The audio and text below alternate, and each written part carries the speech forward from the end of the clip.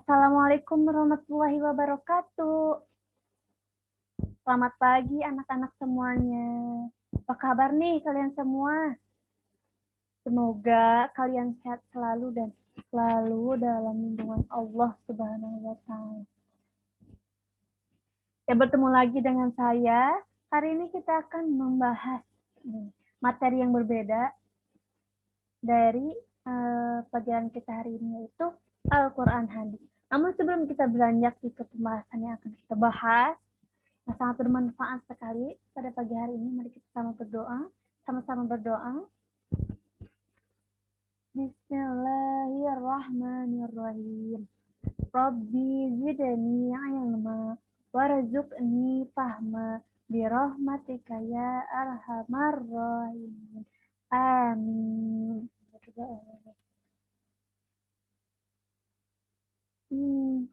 Selanjutnya Ibu sudah cek kehadiran kalian hari ini, namun ada satu orang yang beri keterangan kepada ibu, yaitu bahwa Siska sedang sakit. Semua doakan semoga Siska lekas sembuh dan bisa mengikuti pembelajaran Al-Quran Hadis ini. Kemudian selanjutnya, minggu kemarin kita belajar tentang Al-Quran Hadis. Ada yang masih ingat materinya? Yaitu tentang betul. Minggu kemarin kita membahas tentang hadis, pertama ada hadis mutawatir dan hadis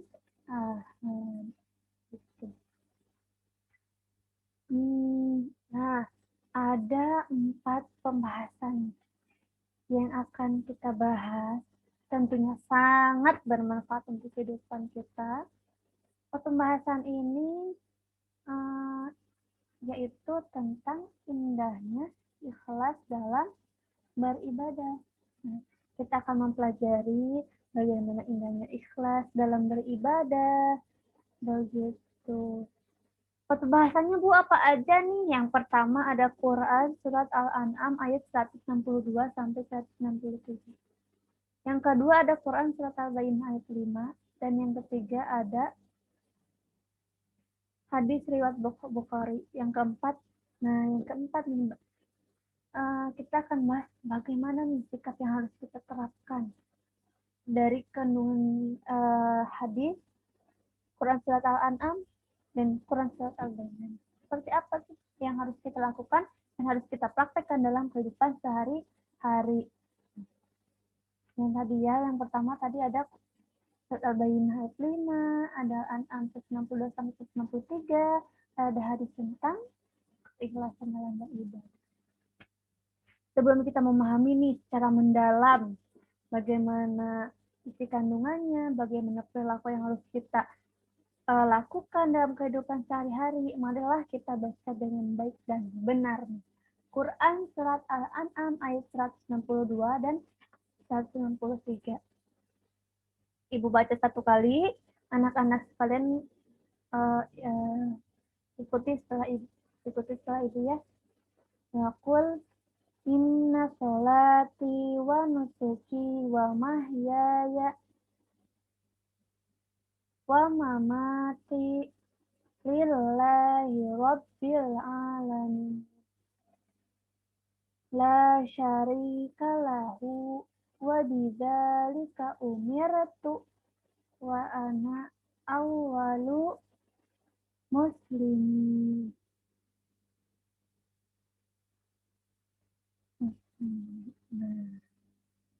Coba ulangi anak-anak sekalian, ulangi secara bersama-sama.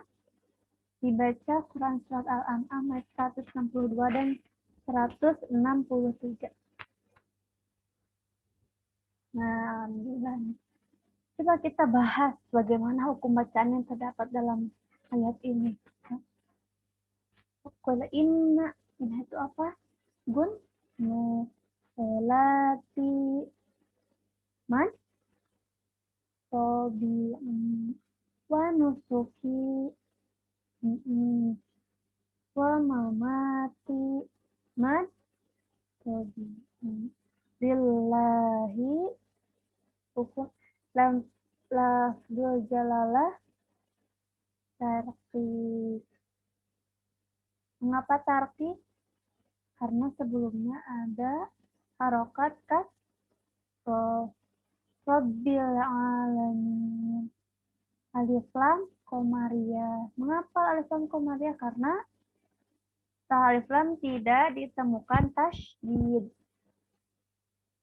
La syarika lahu wa bidzalika umirtu.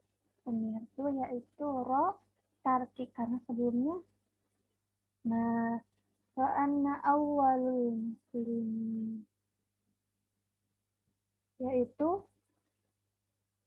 alif lam komariah karena setelah alif lam tidak dijumpai tasydid. Begitu anak-anak sekalian. Paham hukum tajwidnya? Paham. Kemudian kita akan bahas bagaimana mufrodatnya. Arti mufrodatnya. Qul, katakanlah, inna sesungguhnya sholati sholatku wa nusuki ibadahku wa mahyaya hidupku wa mamati matiku lillahi hanya untuk Allah Rabbil alamin, Tuhan semesta alam. La syarika lahu, tidak ada sekutu baginya. Wa bidzalika, yang demikian itu umirtu,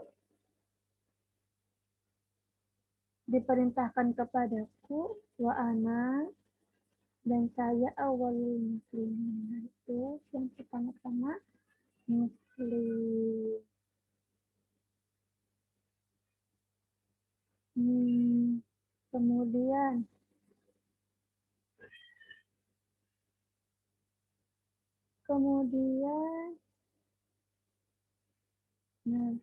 isi kandungan surat Al-An'am itu ada apa aja sih? Yang pertama, perintah Allah Subhanahu wa Ta'ala pada umatnya untuk berkeyakinan bahwa salatnya, hidupnya, dan matinya hanyalah semata-mata untuk Allah Subhanahu wa Ta'ala. Kemudian Allah Subhanahu wa Ta'ala adalah Tuhan semesta alam, tidak ada sekutu baginya. Kemudian yang ketiga, isi kandungannya perintah Allah Subhanahu wa Ta'ala pada umatnya, pada umat manusia untuk ikhlas dalam berkeyakinan, ikhlas dalam beribadah, jelas dalam beramal, dan menjadi orang pertama dalam kaumnya yang bersadar diri hanya kepada Allah Subhanahu wa Ta'ala. Nah, yang terakhir isi kandungan Quran surat Al-An'am ayat 62, senantiasa beramal soleh dan dijauhkan dari larangan Allah, melakukan perintahnya saja supaya selamat dunia dan akhirat.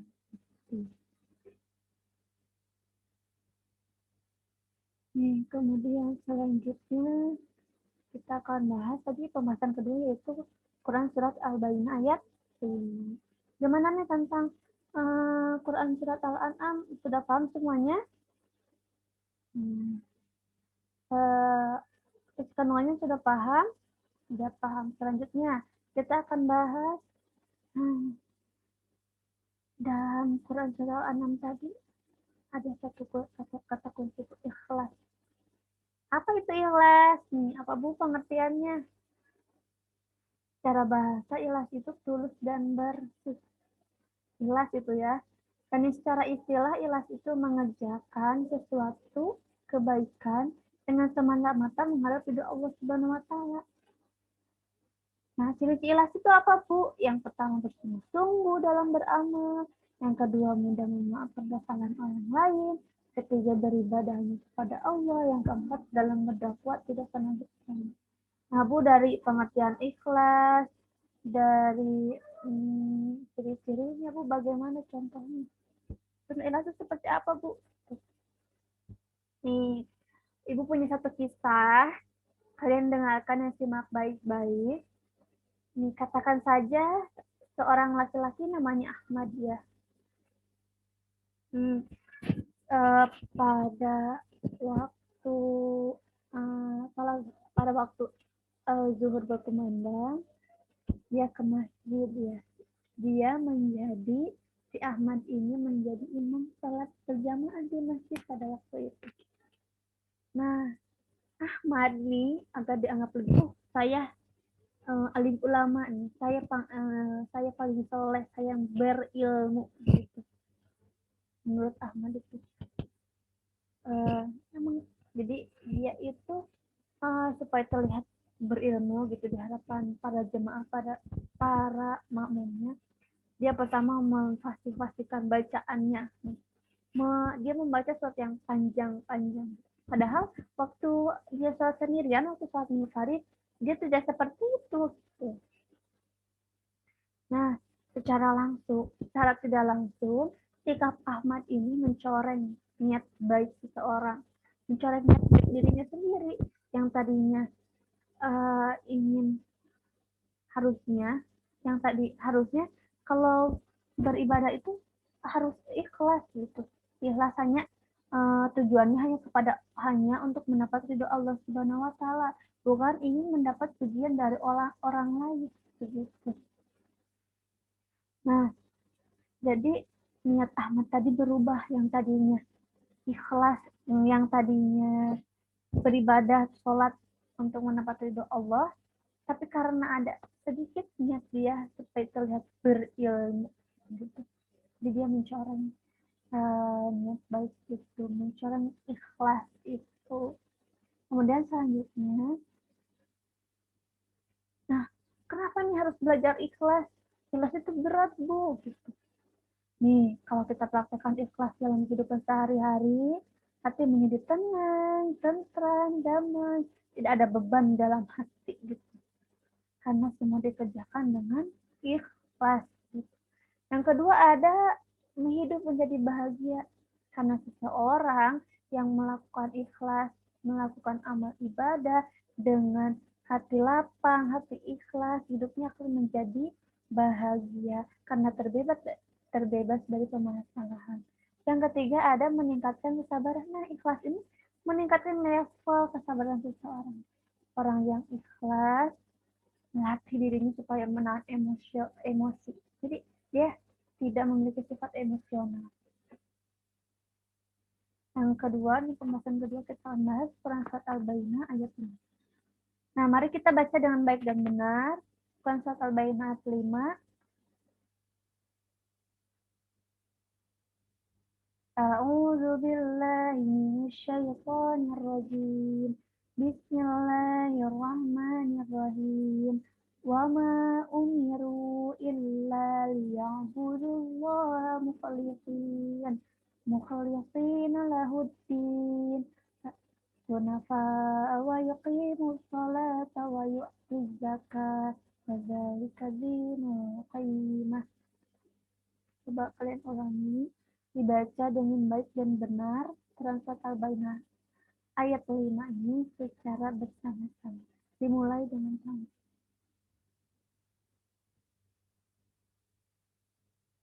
Sudah? Alhamdulillah. Kita bahas nih apa saja hukum bacaan yang terdapat dalam Quran Surat Al-Bayyinah ayat 5 ini ya. Wa ma umiru, hukumnya mad zaid munfasil. Mengapa disebut mad zaid munfasil? Karena betul mad berada di beda kalimat. Itu wama umiru, mad bertemu dengan hamzah di beda kalimat. Begitu. Illa liya'budullaha. Mad yang budu mas jadi Allah tafsir mukhlisina lahuddin alif lam syam. Iya, mengapa disebut alif lam syamsiah? Karena betul setelah alif lam ditemukan tasydid. Unafa'a ini hukum bacaannya betul mad wajib mutasi. Mad wajib mutasi itu dibacanya berapa harkat? 5 harkat. Mengapa disebut mad wajib mutasi? Ya, karena mad bertemu dengan hamzah pada satu kalimat. Fayuqimu mad tabi'i as-salata alif lam syamsiah karena ada tasydid setelah alif lam. Kemudian as-salata ini yang terdiri begini sebutnya mas pada itu zakat alif lam syam dia karena alif lam ada tasydid zakat wa zalika dinul qayyimah. Ini hukum bacaannya alif lam dia karena setelah alif lam tidak ditemukan tasydid. Paham hukum bacaannya dan ditanyakan. Lalu kita akan bahas bagaimana artinya sahabat. Wama dan tidak umiru mereka diperintahkan illa kecuali liya'budullaha kecuali untuk menyembah Allah mukhlisina memurnikan lahu kepada Allah ad-dina yaitu agama, hunafa'a yaitu ikhlas, wa yuqimus sholata menunaikan salat, wa yu'tuz zakata menunaikan zakat, wa zalika dinul qayyim.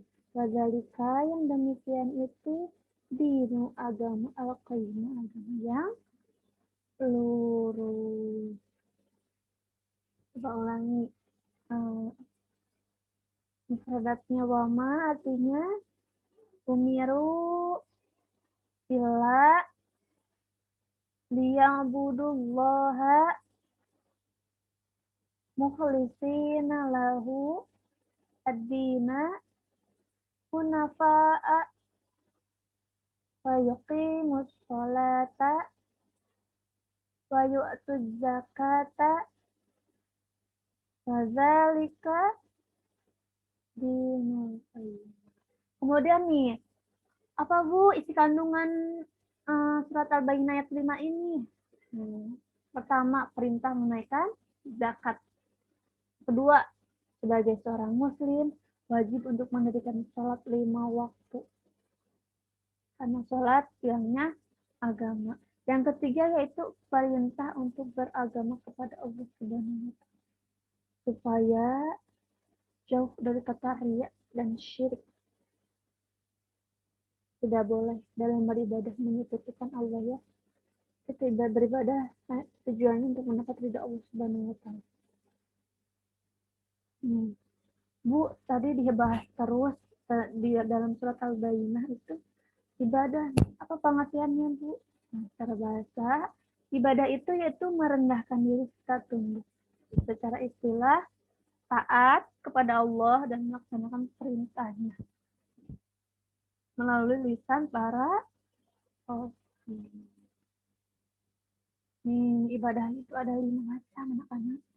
Untuknya pertama nih, ibadah qauliyah, ibadah jismiyah, ibadah qauliyah wa jismiyah, ibadah maliyah, ibadah qauliyah jismiyah dan maliyah.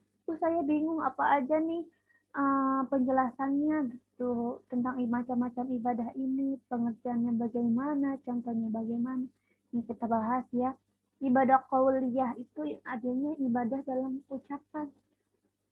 Nah, contohnya seperti apa, Bu?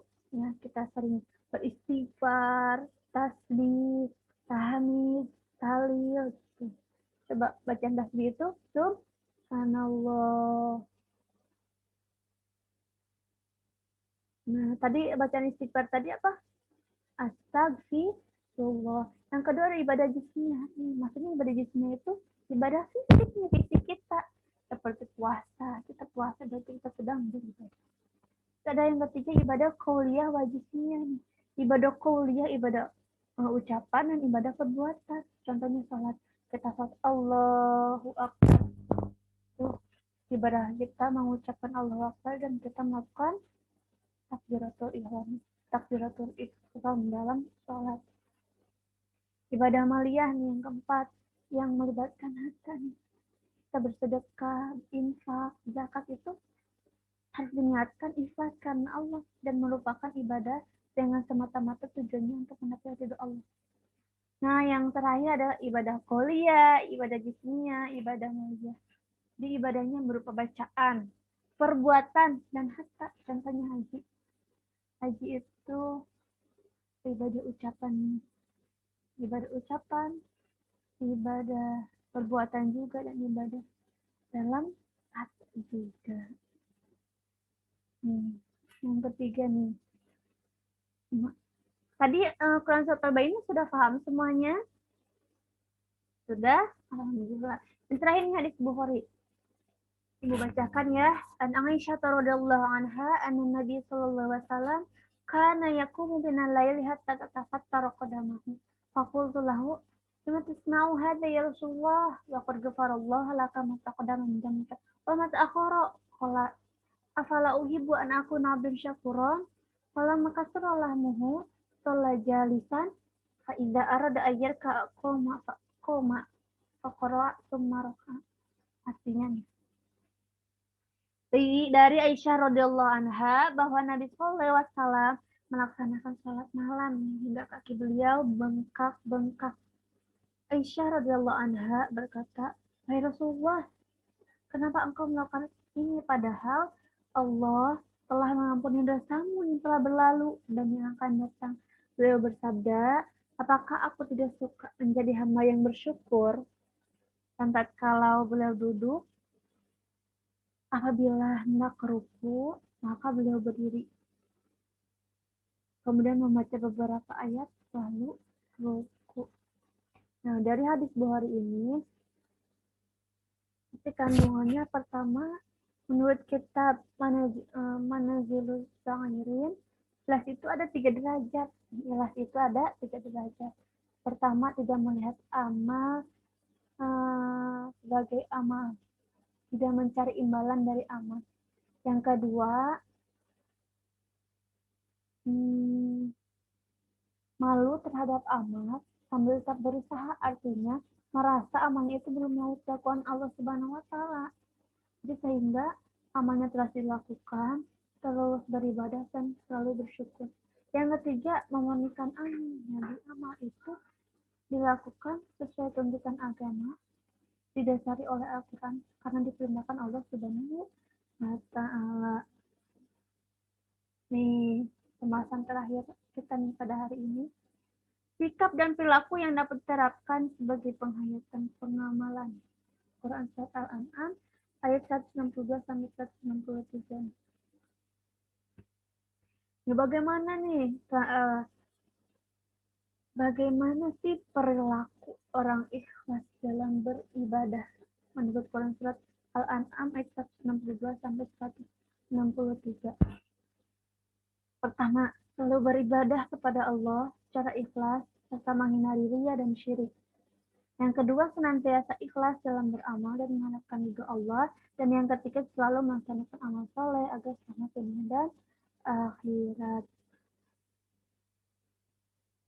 Nah, sebelum kalian menerapkan perilaku ikhlas dalam beribadah sebagai implementasi dari Quran Surat Al-An'am ayat 162 dan 163, terlebih dahulu kalian selalu membiasakan diri membaca Al-Quran setiap hari. Membaca Al-Quran setiap pagi, setiap waktu. Membaca Al-Quran itu tidak perlu banyak, tapi sering. Begitu. Percuma kalau baca Quran banyak, gitu, tapi kalian jarang baca Quran gitu. Yang kedua, sikap dan perilaku. Bu, bagaimana sih sikap perilaku orang yang ikhlas dalam beramal, dalam beribadah menurut Surat Al-Baqarah ayat 5? Pertama, senantiasa beribadah kepada Allah dan menaati ajaran agama. Yang kedua, selalu melaksanakan sholat 5 waktu sehari semalam. Yang ketiga, selalu menunaikan zakat pada bulan Ramadan. Nah, yang terakhir, Bu, bagaimana sih perilaku orang ikhlas dalam beribadah menurut hadis tadi? Yang pertama, senantiasa beribadah kepada Allah secara ikhlas. Yang kedua, senantiasa sedang mengingat amalan baik yang telah diperbuat, karena terkadang akan menimbulkan kemalasan dalam beribadah. Dan yang ketiga, ini selalu bersyukur kepada Allah atas nikmat yang Dia berikan. Tidak kufur nikmat. Begitu. Jadi gimana? Sudah paham? Nah, jadi gimana? Sudah paham materi yang Ibu sampaikan? Nih, mengapa kita harus belajar ini? Supaya kita bisa manfaatkan dalam kehidupan sehari-hari. Bagaimana ikhlas dalam beribadah, begitu. Nah, siapa yang mau bertanya? Ada yang kurang paham nih, Bu? Saya kurang paham dalam pembacaan ini, Bu. Ada yang kurang paham tentang kandungan surat ini. Nah, gimana? Ya, silakan Nisa, gimana? Gitu. Gini katanya pertanyaannya. Kadang suka males, kadang suka nggak ikhlas dalam kalau ngerjain tugas, karena disuruh-suruh mama gitu ya. Gimana nerapin ikhlas kalau gitu? Oh, nah kita perlu ingat nih, ikhlas itu tujuannya supaya kita jadi senang, bahagia gitu. Kita bisa kan pelajar, kita semua pelajar, tugas kita belajar. Kita terima kalau misalnya orang tua menyuruh kita belajar karena itu tugas kita dan tugas orang tua mengingatkan untuk belajar. Terima dengan sepenuh hati, lakukan. Oh, saya mengerjakan tugas ini untuk mendapatkan ridho Allah, mendapat ridho orang tua, supaya belajar saya mendapat hikmah dan nasihat. Tidak usah marah-marah karena tujuan ikhlas sendiri itu menenteramkan hati, membuat hati jadi tenang. Begitu. Kan kalau sudah ikhlas, Allah ridho, orang tua ridho, sudah selesai, alhamdulillah. Begitu. Gimana, semuanya paham? Siapa yang mau bertanya lagi tentang materi yang Ibu sampaikan pada pagi hari ini?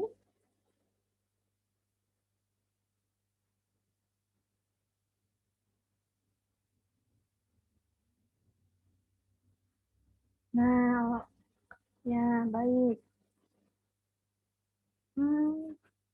Setelah kita bahas nih tadi Al-Quran, Al-An'am ayat apa 162 sampai 163, kemudian Al-Baqarah ayat 5, hadis. Nah, jadi kita simpulkan semua amal yang kita lakukan, sholat, zakat, puasa, membaca Al-Quran, menolong orang lain, perlu diniatkan ikhlas. Ikhlas semata-mata tujuannya yaitu mendapat ridho Allah Subhanahu wa taala. Sekiranya niat kita bercampur nih dengan keinginan supaya dipuji orang lain, ria, mengharap balasan orang lain. Nah, itu berarti kalian tidak menaati perintah Allah, tidak taat dan patuh kepada Allah. Bukannya bukannya mencari ridho dari Allah, malah mencari pujian dari orang lain. Gitu. Berarti kalian seharusnya memantapkan hati dengan niat, saya melakukan ini hanya untuk mendapat ridho Allah Subhanahu wa taala, tidak ingin mendapat ridho dari orang, tidak ingin mendapat pujian atau dari dia kepada orang lain. Nah, alhamdulillah kita sudah berada di akhir pembahasan ya. Pembahasan sudah Ibu bahas, kalian sudah dengar, kalian sudah paham. Sekarang Ibu kasih tugas ya untuk minggu pertemuan selanjutnya. Hafalkan surat Al-An'am dan surat Al-Zainah beserta artinya. Dan jangan lupa kalian tulis hukum bacaan yang terdapat dalam kedua surat itu. Dan yang terakhir, jangan lupa selalu membiasakan membaca Al-Quran setiap hari. Mengerti anak-anak? Ya, kita akhiri pertemuan hari ini dengan membaca hamdalah. Alhamdulillahirabbil alamin. Wassalamualaikum warahmatullahi wabarakatuh. Selamat siang semuanya.